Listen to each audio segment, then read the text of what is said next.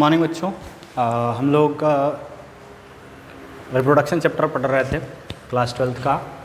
उसमें हम लोगों ने इसके पहले से प्रोडक्शन क्या होता है, लाइफ स्पान क्या होता है और रिप्रोडक्शन के टाइप पे हम लोगों ने बात किया था कि असेक्सुअल रिप्रोडक्शन और सेक्सुअल रिप्रोडक्शन में क्या होता है। फिर असेक्सुअल रिप्रोडक्शन हम लोग पढ़ रहे थे। थोड़ा सा इंट्रो मैंने बताया था पहले कि असेक्सुअल रिप्रोडक्शन हम लोग को 12th क्लास में नहीं पढ़ना होता है। तो हम लोगों ने क्या किया कि असेक्सुअल रिप्रोडक्शन के बारे में हम लोगों ने पढ़ना स्टार्ट किया। तो वहाँ पे हमने बताया कि यूनिसेलुलर जो ऑर्गेनिज्म होते हैं उनमें असेक्सुअल रिप्रोडक्शन का कौन सा प्रोसेस होता है। इसमें मैंने सेल डिवीजन में बताया था फिजन में बाइनरी फिजन और मल्टीपल फिजन के बारे में हम लोगों ने बात की थी। अभी हम लोग यहाँ पे असेक्सुअल रिप्रोडक्शन इन सिंपल जो सेलुलर या टिश्यू लेवल का ऑर्गेनाइजेशन वाले जो और एनिमल हैं, जो प्लांट हैं, कुछ फंगीज हैं, उनके बारे में बात करेंगे। तो यहाँ पे हम लोग सबसे पहले बात करेंगे कि जैसे यूनिसेलुलर की बात कर चुके थे, फिर हम लोग यहाँ पे बात करेंगे। देखो हम यहाँ पे स्ट्रक्चर याद करना जरूरी है कि कौन से स्ट्रक्चर असेक्सुअल रिप्रोडक्शन करते हैं प्लांट में, सिंपलर प्लांट में, कौन से असेक्सुअल रिप्रोडक्शन करते हैं फंगी में। वो नाम याद रखना क्योंकि वो नाम ज़्यादा इंपॉर्टेंट है। जैसे जब सिंपल अलगी में जब सिंपलर अलगी में जैसे वहाँ पे जब पढ़ोगे फियोफाइसी, रोडोफाइसी, वहाँ पे प्लांट के अंदर अलगी जब पढ़ोगे तो वहाँ पे तुमको अलगी में बताया जाएगा कि जो ऑर्गेनाइजेशन होता है बॉडी का वो बहुत सिंपलर होता है। तो अलगी के अंदर जो मोड ऑफ रिप्रोडक्शन और सेक्सुअल मोड ऑफ रिप्रोडक्शन होता है वो किस स्पेशल स्ट्रक्चर से होता है जिसको हम कहते हैं जूस्पोर, जिसको हम क्या कहते हैं जूस्पोर। एक्चुअल जूस्पोर क्या होता है? इस जूस्पोर एक स्पोर की तरह एक स्ट्रक्चर होता है जिस स्पोर के स्ट्रक्चर जो स्पोर का स्ट्रक्चर मोटाइल होता है क्योंकि इसमें फ्लैजलम प्रेजेंट होता है और फ्लैजलम के प्रेजेंस की वजह से ये स्ट्रक्चर क्या होता है मोटाइल होता है। क्योंकि प्लांट सेल है तो इस वजह से इसमें एक वैक्यूल प्रेजेंट होगा और वैक्यूल के साथ साथ इसमें न्यूक्लियस भी प्रेजेंट होगा। तो कुछ ऐसा स्ट्रक्चर होता है, ऐसे स्ट्रक्चर को हम क्या कहते हैं? जूस्पोर कहते हैं। जूस्पोर क्यों कहते हैं बेटा? क्योंकि एक ऐसा स्पोर है जो कि क्या है? मोटाइल है। और मोटाइल क्यों है? Due to presence of flagella. Flagella यहाँ पे प्रेजेंट है इसलिए ये क्या है? मोटाइल है। तो यहाँ पे अगर हम बात करें कि अलगी के अंदर mode of asexual mode of reproduction होता है वो किसकी वजह से होता है? जूस्पोर की वजह से होता है। नेक्स्ट आपके एनसीईआरटी के बुक में आपको वहाँ पे एक फंगी के बारे में बताया गया। फंगी जो होता है, एक फंगी है पेनिसिलियम एस्कोमाइसिटीज में। एस्कोमाइसिटीज जब आप फंगी में पढ़ोगे एस्कोमाइसिटीज क्लास तो वहाँ पे तो आपको देखने को मिलेगा फंगी एक पेनिसिलियम एक एग्जाम्पल देखने को मिलेगा। तो पेनिसिलियम में क्या होता है कि ये अलगी की बात हो गई। पेनिसिलियम में क्या होता है कि कोनिडिया फॉर्मेशन होता है। पेनिसिलियम में क्या होता है? कोनिडिया फॉर्मेशन होता है। कोनिडिया फॉर्मेशन से ही कोनिडिया फॉर्मेशन से असेक्सुअल रिप्रोडक्शन वहाँ पे होता है। ध्यान से समझना कोनिडिया क्या होता है। जैसे आप लोगों ने जब फंगी पढ़ा होगा तो फंगी में एक स्ट्रक्चर पढ़ा होगा जिस स्ट्रक्चर को हम हाइफी कहते हैं। जिस स्ट्रक्चर को हम क्या कहते हैं? हाइफी। एक ये ऐसे सिलेंड्रिकल स्ट्रक्चर होता है जो जितने भी फंगी होते हैं उन फंगी के बीच में, फंगी के बॉडी में इस सिलेंड्रिकल स्ट्रक्चर को हम कहते हैं हाइफी। स्ट्रक्चर को क्या कहते हैं? हाइफी।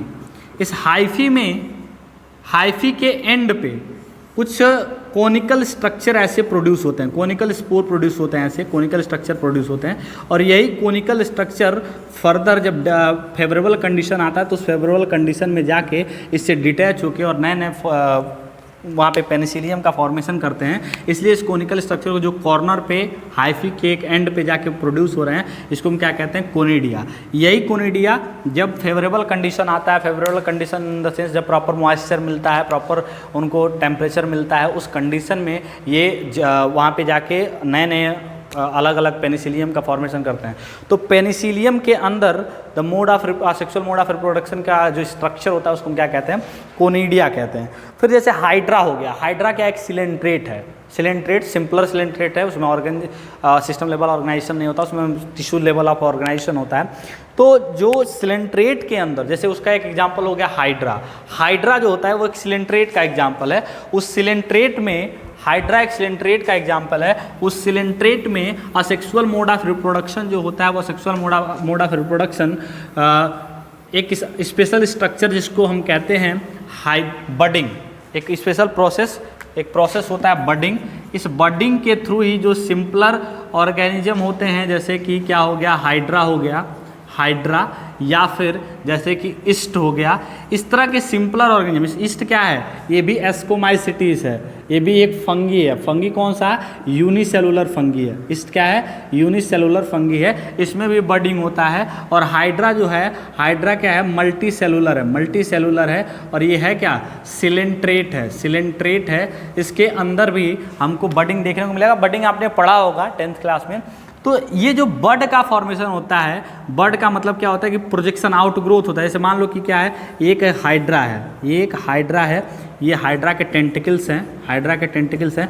तो क्या होगा कि इनके बॉडी के सरफेस पे एक प्रोजेक्शन बनेगा, एक आउटग्रोथ बनेगा। धीरे धीरे ये आउटग्रोथ डेवलप होके और एक नए हाइड्रा का फॉर्मेशन करेगा, और ये फिर यहाँ से डिटैच होकर एक इंडिपेंडेंट हाइड्रा बन जाएगा। तो इस प्रोसेस को हम क्या कहते हैं, बडिंग, क्योंकि इनके बॉडी सरफेस पे एक बड का फॉर्मेशन हो रहा है। तो जो सिंपलर एनिमल होते हैं, सिंपलर एनिमल जैसे कि हाइड्रा हो गया, सिलेंट्रेट के अंदर, ईस्ट हो गया, उनके अंदर बडिंग जैसा भी एक असेक्सुअल मोड ऑफ रिप्रोडक्शन होता है। तो आपने एल्गी पढ़ा जहाँ पे जू स्पोर के through asexual mode of reproduction होता है। जहाँ पे पेनिसिलियम पढ़ा, पेनिसिलियम जैसे और भी फंगी होते हैं जहाँ पे कोनिडिया के फॉर्मेशन से असेक्सुअल मोड ऑफ रिप्रोडक्शन होता है। फिर आपने सिलेंट्रेट में हाइड्रा पढ़ा, ईस्ट पढ़ा, जहाँ पे बडिंग के थ्रू रिप्रोडक्शन होता है, असेक्सुअल मोड ऑफ रिप्रोडक्शन। एक यहाँ पे एक बहुत अच्छा सा एग्जाम्पल, यहाँ पे एक बहुत अच्छा सा एग्जाम्पल आपको देखने को मिलेगा। जिस एग्जाम्पल को जैसे आपके एनसीईआरटी में जब आप पढ़ोगे तो वहाँ पे गेम्यूल फॉर्मेशन दिया हुआ है, एक वर्ड गेम्यूल फॉर्मेशन करके दिया हुआ है कि ये जो गेम्यूल होता है, ये गेम्यूल फॉर्मेशन स्पंजेज में होता है। स्पंजेज का मतलब पोरीफेरा आपने पढ़ा है, पोरीफेरा, पोरीफेरा एनिमल किंगडम जो आप पढ़ रहे होंगे तो वहाँ पे आपने एक पोरीफेरा, एक वहाँ पे फाइलम पढ़ा होगा। वहाँ पे पोरीफेरा जिनको हम स्पंजेज भी कहते हैं, उनको हम क्या कहते हैं, स्पंजेज भी कहते हैं। इनके अंदर सेलुलर लेवल बॉडी ऑर्गेनाइजेशन होता है। इनके अंदर कौन सा ऑर्गेनाइजेशन होता है, सेलुलर लेवल बॉडी ऑर्गेनाइजेशन, यानी कि इनके अंदर टिश्यू का फॉर्मेशन नहीं होता, इनके अंदर सिर्फ सेल्स प्रेजेंट होते हैं, बहुत ढेर सारे सेल्स, मल्टी सेलुलर है। इनके अंदर एक स्पेशल स्ट्रक्चर जिसको हम कहते हैं गेम्यूल, क्या कहते हैं बेटा, गेम्यूल, इसका फॉर्मेशन होता है। और यही गेम्यूल बाद में नए नए स्पोर, जिस स्पोर को आर्कियोसाइट कहते हैं, आर्कियोसाइट, आर्कियोसाइट कहते हैं, ये आर्कियोसाइट का फॉर्मेशन होता है, या फिर इसको अमीबोसाइट भी कहते हैं, अमीबोसाइट भी कहते हैं। इसी गेम्यूल के अंदर ये जो गेम्यूल का फॉर्मेशन होता है, सबसे पहले गेम्यूल के अंदर आर्कियोसाइट, अमीबोसाइट प्रेजेंट होते हैं। जब गेम्यूल फेवरेबल कंडीशन आने पे गेम्यूल के अंदर से आर्कियोसाइट या अमीबोसाइट रिलीज होते हैं, और वो आर्कियोसाइट, अमीबोसाइट नए नए स्पंजेस का फॉर्मेशन करते हैं। देखते हैं थोड़ा सा स्ट्रक्चर, डिटेल स्ट्रक्चर। यहाँ पे आप जब एनसीईआरटी की बुक देखोगे तो वहाँ पे आपको एक ऐसा स्ट्रक्चर बनाया हुआ मिलेगा, एक कुछ ऐसा स्ट्रक्चर वहाँ पे आप देखोगे बनाया हुआ। इस स्ट्रक्चर में एक माउथ जैसा ओपनिंग होगा, इस माउथ जैसे ओपनिंग को हम माइक्रोपाइल लिखा होगा वहाँ पे, माइक्रोपाइल कहते हैं। इस माउथ जैसे ओपनिंग को क्या कहते हैं, माइक्रोपाइल कहते हैं। फिर ये जो माइक्रोपाइल कहते हैं, फिर ये जो लेयर होता है, ये लेयर किससे बना है, स्पिक्यूल से। ये लेयर किससे बना है, स्पिक्यूल। स्पिक्यूल क्या होता है बेटा, स्पिक्यूल जब पोरीफेरा आपने पढ़ा होगा तो बताया गया होगा कि पोरीफेरा में एक एंडोस्केलेटन की तरफ वर्क करता है। स्पिक्यूल क्या होता है, एक हार्ड स्ट्रक्चर होता है जो एंडोस्केलेटन की तरफ वर्क करता है। इन एक्चुअल गेम्यूल का स्ट्रक्चर जब आप पढ़ रहे होगे, यहाँ पे कुछ स्पिक्यूल्स को ऐसे दिखाया भी गया होगा, ऐसे कुछ रॉड लाइक स्पिक्यूल्स दिखाए गए होंगे।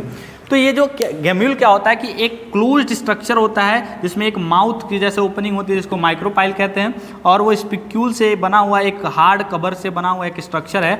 और इसी स्ट्रक्चर के अंदर छोटे छोटे स्पोर्स प्रेजेंट हैं ऐसे। इन्हीं स्पोर्स को हम आर्कियोसाइट या अमीबोसाइट कहते हैं। इन्हीं स्पोर्स को क्या कहते हैं, आर्कियोसाइट या फिर अमीबोसाइट कहते हैं।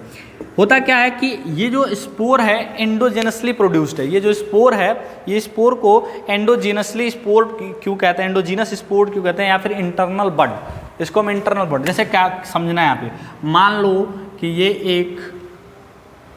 एक हमारे पास क्या था, पोरीफेरा था। तो इस पोरीफेरा के बॉडी में, इस पोरीफेरा के बॉडी के अंदर ऐसे मान लो कि ये बॉडी क्या सरफेस था, इसके अंदर ये कैनाल था, ठीक है, ऑस्टिया जिसको कहते हैं। उस कैनाल के अंदर क्या हुआ कि ऐसे ऐसे बड का फॉर्मेशन होता है, ऐसे ऐसे बड का। ये जो बड के जैसे इंटरनल बड तुम्हें दिख रहे हैं, इसी को हम क्या कहते हैं, गेम्यूल कहते हैं। और इसी गेम्यूल का यहाँ पे प्रॉपर स्ट्रक्चर, चूंकि ये अंदर साइड में ये बड है, अगर यही बड बाहर के साइड में बना होता और यहाँ से अगर रिप्रोडक्शन होता तो हम जो बडिंग वाला केस है उसको मान लेते। क्योंकि ये जो बड है वो इंटरनल बना है तो इसको इंटरनल बड या एंडोजीनसली प्रोड्यूस्ड बड कहते हैं। इसको क्या कहते हैं बेटा, एंडोजीनसली प्रोड्यूस्ड बड, एंडोजीनसली प्रोड्यूस बड या एंडोजीनसली बड कह सकते हैं, एंडोजीनस बड कह सकते हैं।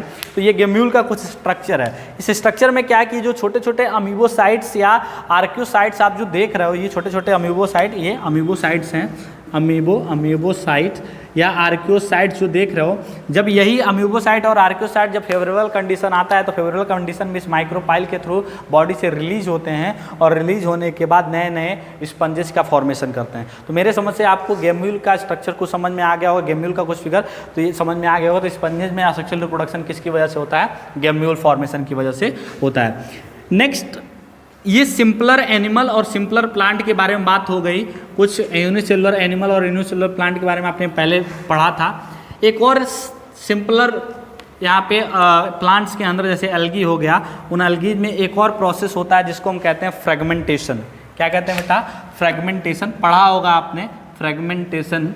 ये फ्रेगमेंटेशन जैसा प्रोसेस कहाँ पे होता है, जैसे स्पाइरोगाइरा में होता है। कहाँ पे होता है, स्पाइरोगाइरा में। कभी कभी ये क्वेश्चन पूछ लिया जाता है। इन एक्चुअल क्या होता है कि मान लो ये एक स्पाइरोगाइरा है, ये स्पाइरोगाइरा का स्ट्रक्चर है, एक मैच्योर स्पाइरोगाइरा है। इसी की बॉडी क्या होगी, कई फ्रेगमेंट में टूट जाएगी। मान लो ये फ्रेगमेंट में टूट गई और हर एक फ्रेगमेंट क्या करेगा, एक इंडिपेंडेंट स्पाइरोगाइरा बना लेगा ऐसे। तो इस प्रोसेस को आप रिप्रोडक्शन को क्या कहते हैं, फ्रेगमेंटेशन कहते हैं। एक और प्रोसेस होता है जिसको हम क्या कहते हैं, रीजेनरेशन।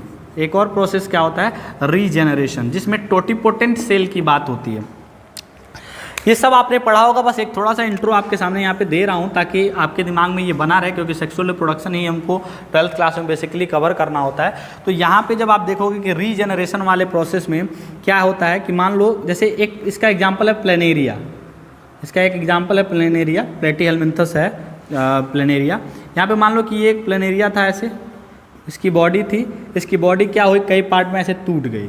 तो पहला जो पार्ट आपको देखने को मिलेगा इसका कुछ ऐसा दिखेगा, दूसरा पार्ट आपको कुछ ऐसा दिखेगा और तीसरा पार्ट कुछ ऐसा दिखेगा। अब ये जो पार्ट बने हैं, मान लो इसके पास हेड था, बाकी नीचे का पोर्शन नहीं था, तो ये क्या करेगा, फिर से अपने हेड में नीचे के जो मिसिंग बॉडी पार्ट है उन मिसिंग बॉडी पार्ट का फॉर्मेशन करके और नया ऑर्गेनिज्म बना लेगा। मान लो ये क्या था, हेड था, इसने क्या किया, ये जो मिसिंग बॉडी पार्ट था उसको प्रोड्यूस करा लिया। इसके पास बीच वाला पोर्शन था, हेड नहीं था, तो इसने हेड प्रोड्यूस कर लिया, नीचे वाला पोर्शन प्रोड्यूस कर लिया। इसके बाद नीचे वाला पोर्शन था, ऊपर वाला पोर्शन नहीं था, तो जो मिसिंग पार्ट होते हैं उस मिसिंग पार्ट को पहले तो बॉडी को ब्रेक करेंगे, ब्रेक करने के बाद इन बॉडी के अंदर जो मिसिंग पार्ट है उन मिसिंग पार्ट को डेवलप करेंगे और डेवलप करने के बाद नए ऑर्गेनिज्म में कन्वर्ट हो जाएंगे। इस प्रोसेस को हम क्या कहते हैं, रीजेनरेशन, जहाँ पे मिसिंग पार्ट का रीजेनरेशन हो रहा है। इस वजह से इस प्रोसेस को क्या कहते हैं, रीजेनरेशन। इसका एग्जाम्पल आपको यहाँ पे देखने को मिलेगा प्लेनेरिया में। नेक्स्ट थोड़ा सा हमको डिटेल स्टडी करना है। एक और मोड ऑफ रिप्रोडक्शन होता है, असेक्सुअल मोड ऑफ रिप्रोडक्शन, जिसको हम कहते हैं वेजिटेटिव प्रोपोगेशन। एक और mode asexual mode of reproduction होता है जिसको हम कहते हैं वेजिटेटिव प्रोपोगेशन। समझते हैं वेजिटेटिव प्रोपोगेशन क्या होता है। देखो, एक और मोड ऑफ रिप्रोडक्शन है जिसको हम कहते हैं वेजिटेटिव प्रोपोगेशन। पहली बात तो समझो, यहाँ पे कुछ क्वेश्चंस हैं वेजिटेटिव प्रोपोगेशन पे। कभी कभी ये किताबों में आपसे क्वेश्चन पूछ लिया जाता है कि क्या वेजिटेटिव प्रोपोगेशन जो है, ये वेजिटेटिव प्रोपोगेशन को आप असेक्सुअल मोड ऑफ रिप्रोडक्शन कह सकते हो कि नहीं कह सकते हो।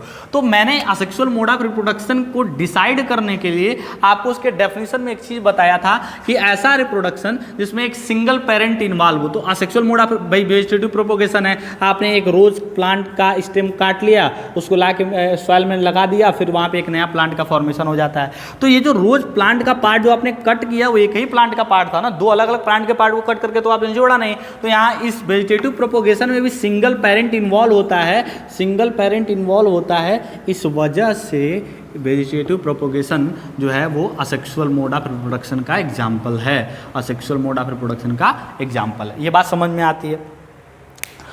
दूसरा क्वेश्चन ये पूछा जाता है कि क्या वेजिटेटिव प्रोपोगेशन से प्रोड्यूस्ड होने वाले जो ऑर्गेनिज्म हैं उनको लिए क्लोन वर्ड यूज कर सकते हैं। हाँ, क्यों नहीं यूज कर सकते क्लोन वर्ड? क्यों? क्योंकि शुगर केन का जब आप वेजिटेटिव प्रोपोगेशन कराते हैं तो शुगर केन ही प्रोड्यूस होता है, और शुगर केन जो प्रोड्यूस होता है वो भी जेनेटिकली और मॉर्फोलॉजिकली लगभग सिमिलर होता है किसके? अपने पेरेंट प्लांट के। बात समझ में आती है? तो चूंकि असेक्सुअल मोड ऑफ रिप्रोडक्शन है, इस वजह से इसके जो नए ऑर्गेनिज्म प्रोड्यूस हो रहे हैं वो क्लोन भी होंगे। क्लियर है? जो प्रॉपर्टी असेक्सुअल रिप्रोडक्शन की होगी वो ये भी प्रॉपर्टी इसकी वेजिटेटिव प्रोपोगेशन में भी होगी। ये बात समझ में आती है आपको? नेक्स्ट यहाँ पे अगला जो हम यहाँ पे देखेंगे वेजिटेटिव प्रोपोगेशन में, क्यों इस तरह के मोड ऑफ रिप्रोडक्शन को वेजिटेटिव प्रोपोगेशन कहते हैं। देखो ध्यान से समझो, यहाँ पे कुछ बातें जो मैं आपको बताता हूँ, यहाँ पे क्या समझना है आपको। यहाँ पे देखो, जैसे प्लांट जो होता है, इस प्लांट के पार्ट को दो पार्ट में डिवाइड करते हैं। एक रिप्रोडक्टिव पार्ट जिसको हम कहते हैं फ्लावर को हम बेसिकली मानते हैं कि main reproductive part of the plant होता है, ठीक है। और इस फ्लावर को छोड़ के प्लांट के अंदर जितने भी पार्ट होते हैं उस पार्ट को हम कहते हैं वेजिटेटिव पार्ट। उनको क्या कहते हैं बेटा? Vegetative part. इस वेजिटेटिव पार्ट में क्या क्या आ जाएगा? इस वेजिटेटिव पार्ट में आ जाएगा आपका स्टेम आ गया, इस वेजिटेटिव पार्ट में आपका लीफ आ गया, इस वेजिटेटिव पार्ट में आपका रूट आ गया, ठीक है। तो ये क्या हो गया? वेजिटेटिव पार्ट हो गया। रिप्रोडक्टिव पार्ट से रिप्रोडक्शन जो होता है उस रिप्रोडक्शन को हम कहते हैं सेक्सुअल मोड ऑफ रिप्रोडक्शन, ठीक है। लेकिन कभी कभी किसी केस में क्या होता है कि ये जो वेजिटेटिव पार्ट हैं, इन वेजिटेटिव पार्ट से भी हम नए ऑर्गेनिज्म का फॉर्मेशन करते हैं। इस वेजिटेटिव पार्ट से भी नए ऑर्गेनिज्म का फॉर्मेशन करते हैं, और उसी मोड ऑफ रिप्रोडक्शन को, चूंकि वेजिटेटिव पार्ट से नए ऑर्गेनिज्म का फॉर्मेशन हो रहा है, उसको हम क्या कहते हैं? उस मोड ऑफ रिप्रोडक्शन को हम कहते हैं वेजिटेटिव प्रोपोगेशन। उसको क्या कहते हैं? Vegetative propagation. तो समझ में आया क्यों इस मोड ऑफ रिप्रोडक्शन को वेजिटेटिव प्रोपोगेशन कह रहे हैं, ठीक है। चलो थोड़ा सा इसका डेफिनेशन लिखते हैं वेजिटेटिव मोड ऑफ रिप्रोडक्शन का। ये वेजिटेटिव प्रोपोगेशन है, ये वेजिटेटिव प्रोपोगेशन कॉम्प्लेक्स प्लांट में होता है। अभी तक आपने यूनिसेलुलर ऑर्गेनिज्म के बारे में पढ़ लिया, ऑर्गेनिज्म में कैसे रिप्रोडक्शन होता है, सिंपलर प्लांट और सिंपलर फंगी में कैसे रिप्रोडक्शन होता है वो पढ़ लिया। अभी आपको जैसे हायर प्लांट्स जैसे कि एंजियोस्पर्म हो गया, जिम्नोस्पर्म हो गया, and complex plant, higher and complex कह लो, हायर एंड कॉम्प्लेक्स प्लांट जैसे कि एंजियोस्पर्म हो गया, जिम्नोस्पर्म हो गया। इस तरह के प्लांट के अंदर जो असेक्सुअल रिप्रोडक्शन होता है, उस असेक्सुअल रिप्रोडक्शन को हम कहते हैं वेजिटेटिव रिप्रोडक्शन। क्या कहते हैं? वेजिटेटिव रिप्रोडक्शन या फिर वेजिटेटिव प्रोपोगेशन। तो सिंपल सा डेफिनेशन क्या है इसका कि ऐसा मोड ऑफ रिप्रोडक्शन ऐसा सेक्सुअल रिप्रोडक्शन जो हायर और कॉम्प्लेक्स प्लांट जैसे कि जिम्नोस्पर्म और एंजियोस्पर्म में हो रहा है उसको हम क्या कहते हैं? वेजिटेटिव प्रोपोगेशन कहते हैं। देखिए एक टर्म और यहाँ पे आता है वेजिटेटिव प्रोपोग्यूल्स। एक यहाँ पे टर्म क्या आता है? वेजिटेटिव प्रोपोग्यूल्स। देखो वेजिटेटिव प्रोपोग्यूल्स क्या होता है कि यहाँ पे प्लांट के अंदर, पहले इसका डेफिनेशन लिखते हैं, वेजिटेटिव प्रोपाग्यूल्स। वेजिटेटिव प्रोपाग्यूल्स क्या होता है? These are the special structure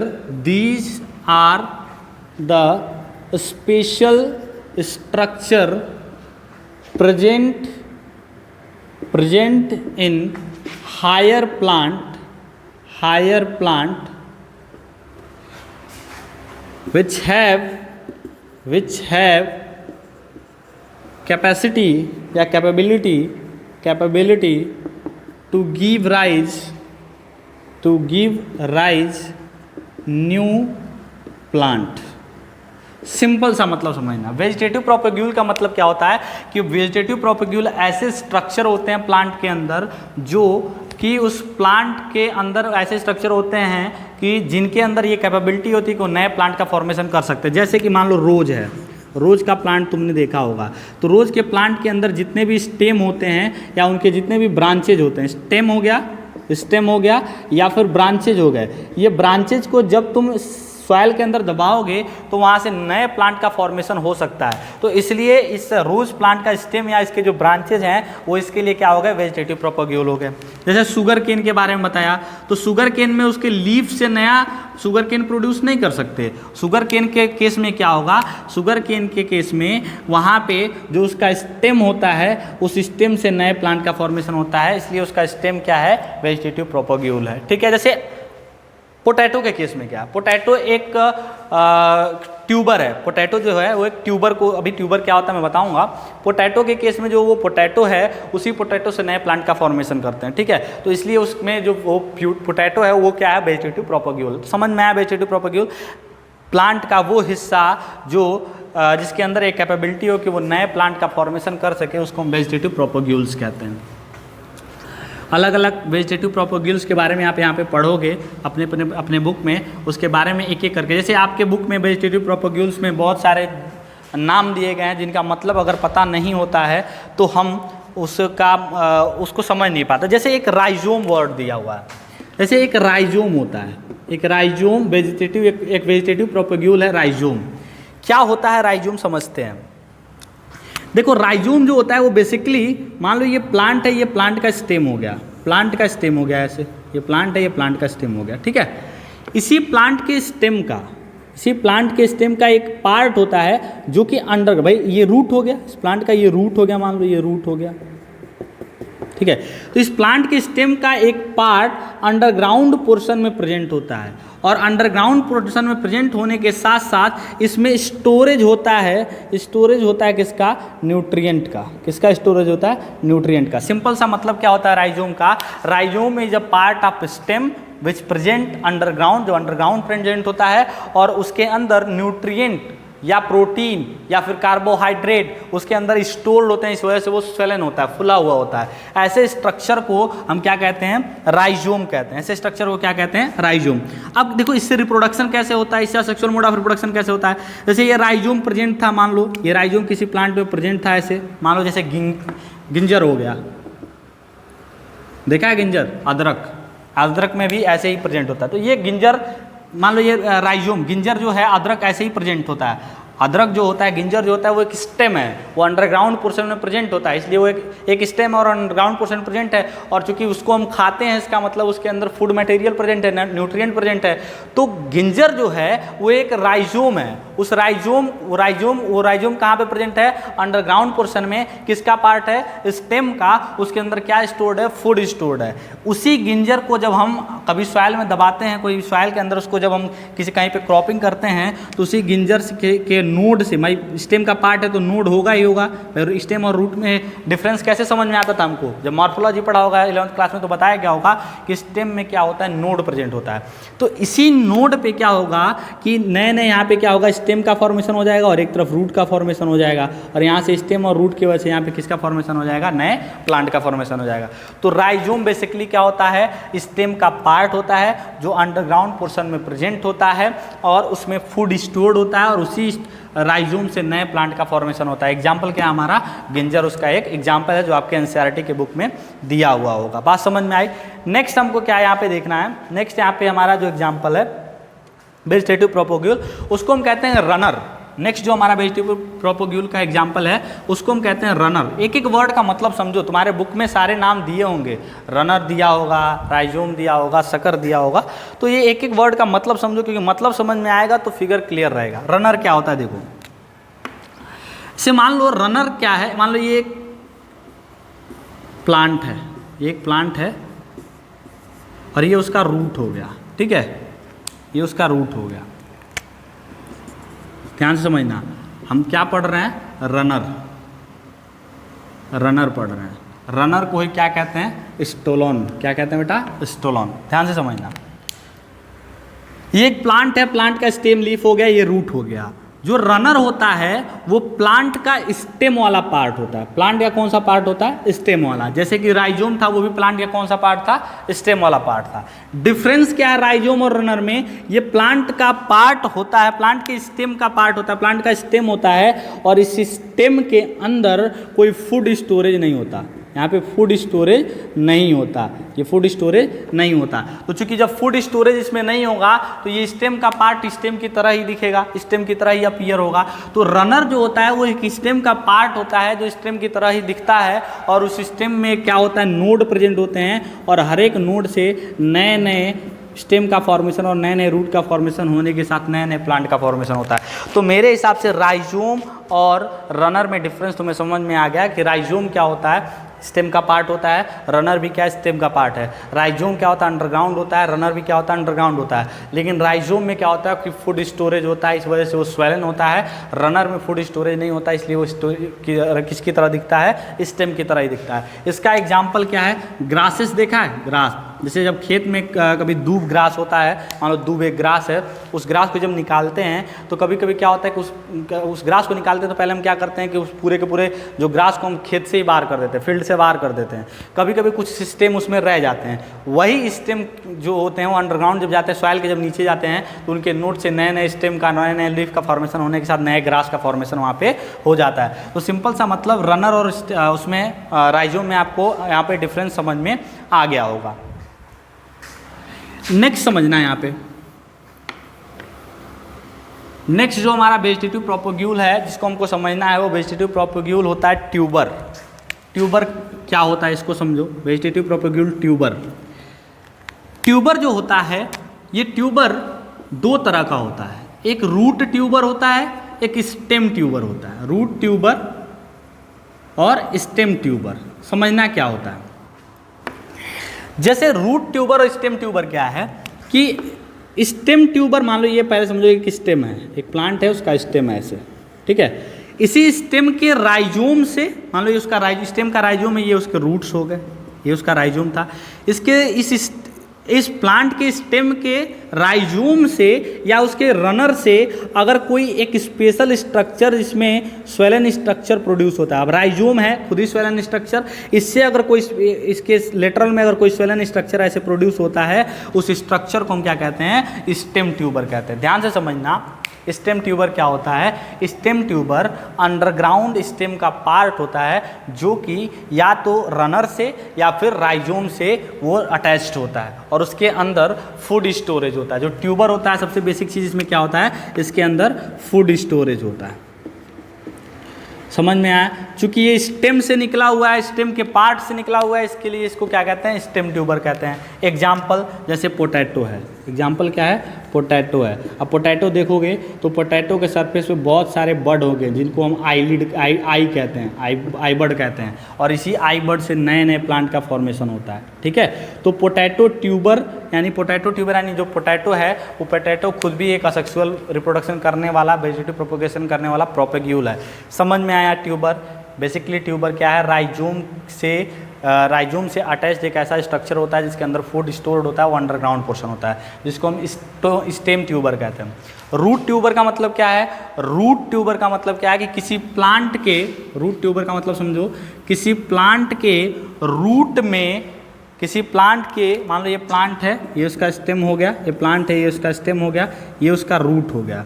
अब इस रूट पे अगर कोई फूड कंटेनिंग, फूड स्टोरेज वाला स्ट्रक्चर प्रोड्यूस होता है, इसके रूट में कोई फूड स्टोरेज वाला स्ट्रक्चर प्रोड्यूस होता है तो उस स्ट्रक्चर को हम कहते हैं रूट ट्यूबर। सिंपल सा मतलब समझना, वहाँ पे राइजोम से या रनर से अगर स्ट्रक्चर निकलता था फूड स्टोरेज वाला तो उसको हम क्या कहते थे, स्टेम ट्यूबर। यहाँ पे रूट से अगर कोई स्ट्रक्चर निकल रहा है फूड स्टोरेज वाला तो उसको हम क्या कहते हैं, रूट ट्यूबर। जैसे स्वीट पोटैटो देखा होगा, स्वीट पोटैटो, इसका एग्जांपल क्या है, स्वीट पोटैटो होता है। स्वीट पोटैटो कुछ ऐसा स्ट्रक्चर, मान लो ऐसा स्ट्रक्चर है, यहाँ देखोगे हेयर लाइक स्ट्रक्चर निकले होते हैं जैसे रूट हेयर की तरह। ये स्वीट पोटैटो से भी क्या होता है, हम न्यू प्लांट प्रोड्यूस करा सकते हैं। इसलिए ये जो स्वीट पोटैटो होता है इसका जो ट्यूबर, रूट ट्यूबर होता है वो भी क्या है, वेजिटेटिव प्रोपोग्यूल है। बात समझ में आ गई। नेक्स्ट इसके बाद हमको क्या पढ़ना है, ऑफसेट पढ़ना है। इसके बाद नेक्स्ट क्या पढ़ना है, ऑफसेट पढ़ना है।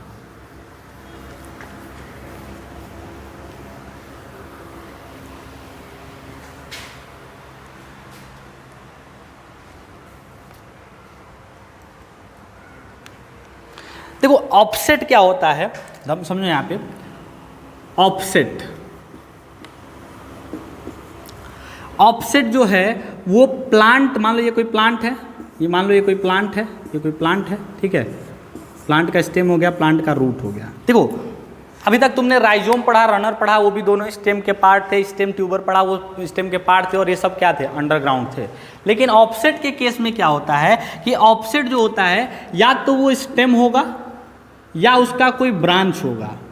ये स्टेम या ये ऑफसेट जो होता है वो किसी प्लांट का स्टेम या वो स्टेम या वो ब्रांच होता है जिसके अंदर न्यू प्लांट प्रोड्यूस करने की कैपेबिलिटी होती है, असेक्सुअली न्यू प्लांट प्रोड्यूस करने की कैपेबिलिटी होती है। इसके अंदर ये कोई केस नहीं है कि ये जो स्ट्रक्चर स्टेम या जो ब्रांच है वो अंडरग्राउंड होना चाहिए या उसमें फूड स्टोरेज होना चाहिए। सिंपल सा मतलब समझना कि अगर किसी प्लांट का कोई स्टेम या किसी प्लांट का कोई ब्रांच अगर नए प्लांट को प्रोड्यूस करने का, सेक्सुअली नए प्लांट को प्रोड्यूस करने का कैपेबिलिटी रखता है और उसके अंदर इस तरह का कोई कंडीशन नहीं है कि वो स्टोरेज ऑफ फूड करता हो, इस तरह का कोई कंडीशन नहीं है कि वो अंडरग्राउंड हो, तो ऐसे स्ट्रक्चर को हम क्या कहते हैं, ऑफसेट कहते हैं। बात समझ में आ गई? तो ये कुछ वेजिटेटिव प्रोपोग्यूल्स है। अब एक चीज़ समझना, यहाँ पे जितने भी तुमको वेजिटेटिव प्रोपोग्यूल पढ़ा है, जैसे एक चीज़ और तुम्हारे बुक में कुछ और वेजिटेटिव प्रोपोग्यूल, जैसे इसका एग्जांपल समझ लो, इसका एग्जांपल समझ लो, वाटर हैसिंथ एक प्लांट है, वाटर हैसिंथ एक प्लांट है जिसके बारे में अभी हमको डिटेल में आगे चल के पढ़ना है। वाटर हैसिंथ एक प्लांट है ऑफसेट से जिसमें रिप्रोडक्शन होता है। इसके बाद समझो एक प्लांट होता है ब्रायोफिलम, एक प्लांट होता है ब्रायोफिलम जिसके लीफ से वेजिटेटिव प्रोपोगेशन होता है। ब्रायोफिलम, ब्रायोफिलम एक ऐसा प्लांट है जिसका मान लो ये लीफ हो गया, ये लीफ हो गया, ये लीफ के अंदर वेन्स हो गए, ये वेन्स हो गए, समझ लो पहले सारे के सारे स्ट्रक्चर। इन वेन्स के अंदर जो मार्जिन पे इन वेन्स का जो स्ट्रक्चर ऐसे है इसको हम कहते हैं लीफ नॉच। इसको क्या कहते हैं, लीफ नॉच। जो मार्जिन पे स्ट्रक्चर है उसको हम क्या कहते हैं, लीफ नॉच। और इसी लीफ नॉच से हमको नए नए प्लांट का फॉर्मेशन होता हुआ दिखता है। इसलिए ब्रायोफिलम के केस में जो लीफ है वो लीफ क्या है, उसके लिए वेजिटेटिव प्रोपोगेशन की तरह काम करता है। ठीक है, एक और प्लांट होता है, ये ब्रायोफिलम का केस हो गया। एक और प्लांट है अघेयो प्लांट। एक और प्लांट क्या है, अघेयो प्लांट।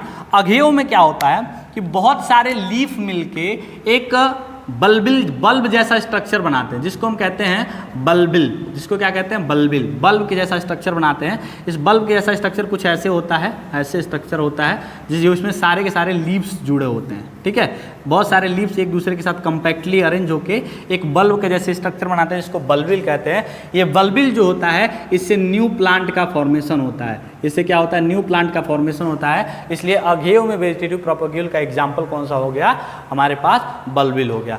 तो ये नए देखो, असेक्सुअल रिप्रोडक्शन हमको बहुत डिटेल में यहाँ पे नहीं पढ़ना था, इसलिए मैं बता रहा हूँ। एक बार तुम्हारे सामने इसको लिख दे रहा हूँ, एक बार तुम्हारे सामने इसको एक्सप्लेन कर दे रहा हूँ, इसलिए कर रहा हूँ ताकि तुम्हारे दिमाग में ये चीज़ें जाके फिट हो जाए। अब एक चीज़ मुझे बताना, अभी क्वेश्चन कैसे आता है, देखो एग्जाम में इस पर एक क्वेश्चन आया हुआ था आपके नीट 2018 में।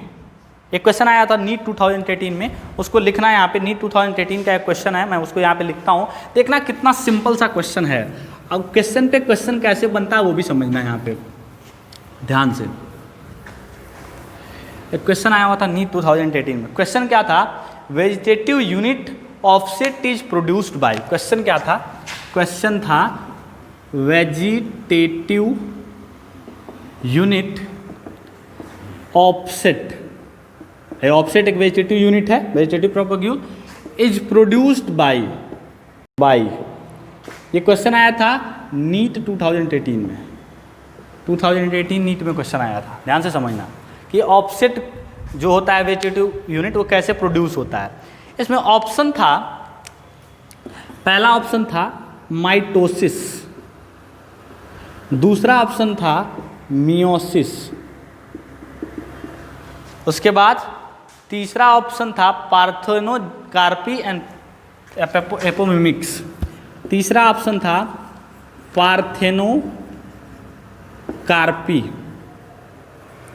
और चौथा ऑप्शन था एपोमिमिक्स।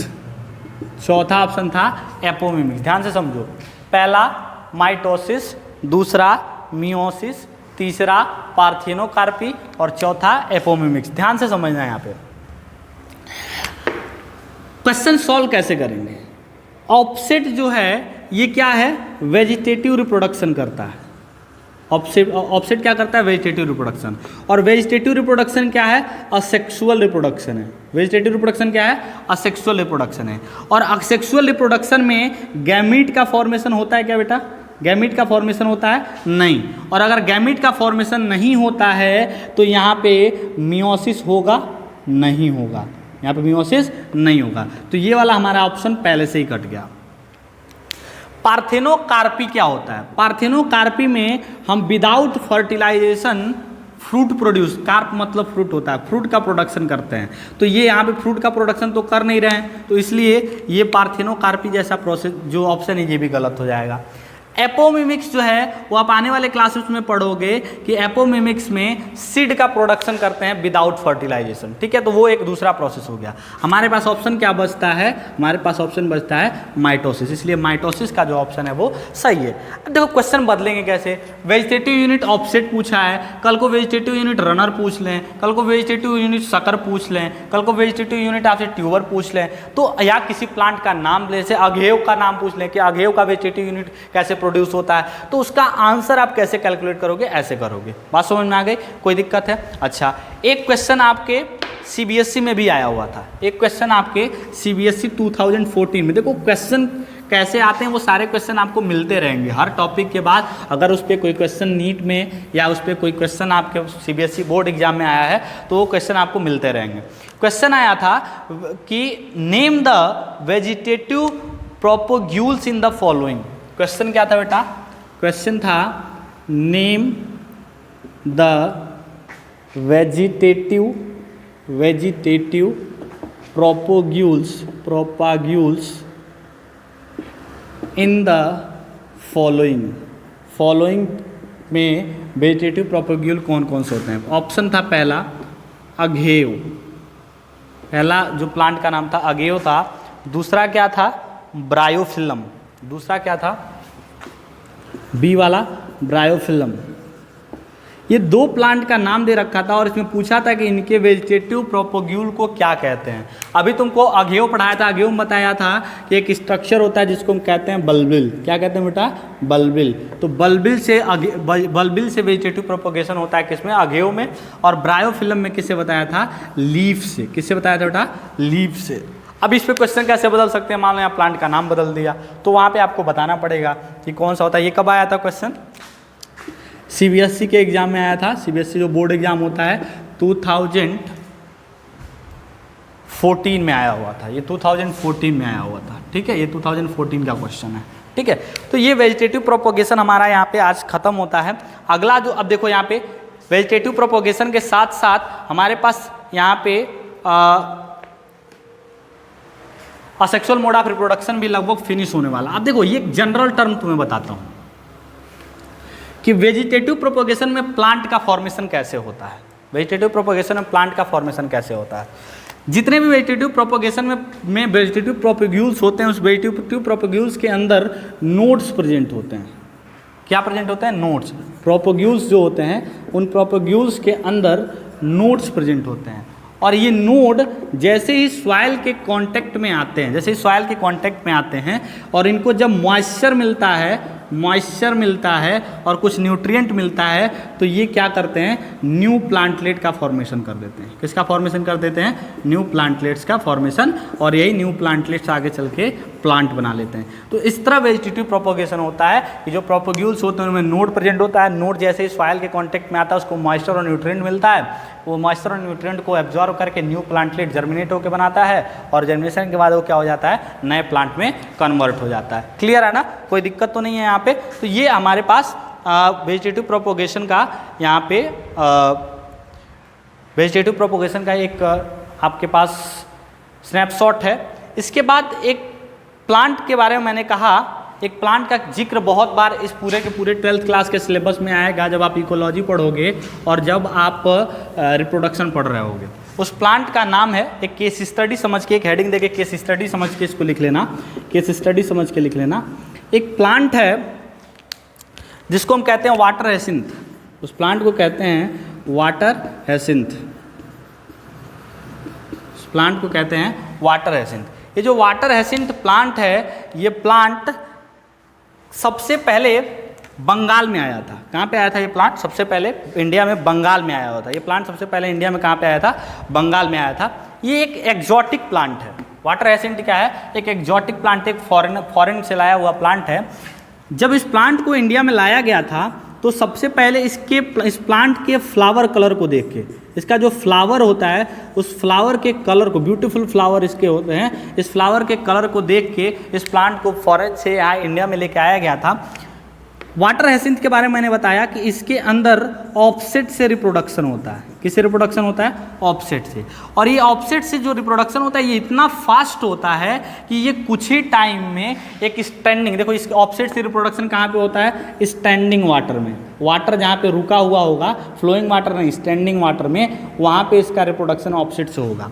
इस प्लांट को कहा जाता है मोस्ट इन्वेसिव प्लांट। इसका मतलब क्या होता है कि एक स्टैंडिंग वाटर में अगर कोई एक प्लांट ला के रख दो, एक प्लांट वाटर हायसिंथ का ऑफसेट रख दो, तो वो बहुत कम टाइम में पूरे के पूरे उस वाटर बॉडी को कवर कर लेता है। इतना तेज रिप्रोडक्शन होता है और नए नए प्लांट का फॉर्मेशन होता है। ये क्या करते हैं कि जिस स्टैंडिंग वाटर में रहते हैं वहाँ के सारे मिनरल और सारे ऑक्सीजन को क्या कर लेते हैं?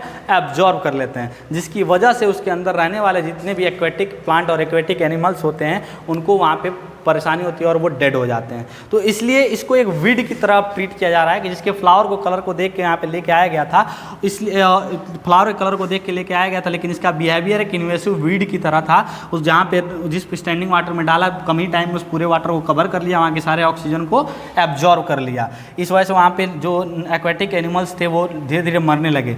इसलिए इसको कहा जाता है टेरर ऑफ बंगाल। इसको क्या कहा जाता है बेटा? Terror of Bengal. Terror of Bengal. तो ये अभी तक का जो हमारा जो लेक्चर हुआ है, अभी तक का हमने जो पढ़ा है वो एक बहुत सिंपल चीज़ें पढ़ी हैं जो हमको प्रीवियस क्लासेस में याद होनी चाहिए, पता होनी चाहिए थे, और यहाँ पे हमने उसको पढ़ा। अब आगे आने वाले लेक्चर में हम लोग पढ़ेंगे सेक्सुअल मोड ऑफ रिप्रोडक्शन। अभी तक का बहुत टाइम वेस्ट हुआ इसमें, हम लोगों ने बहुत चीज़ें ऐसी पढ़ी जो हमको 10th क्लास से याद होनी चाहिए थी। अब अगले क्लास में हम लोग पढ़ेंगे सेक्सुअल रिप्रोडक्शन बहुत प्रॉपर तरीके से, हर चीज़ वहाँ पर डिफाइन करते हुए। तब तक के लिए बेस्ट ऑफ लक।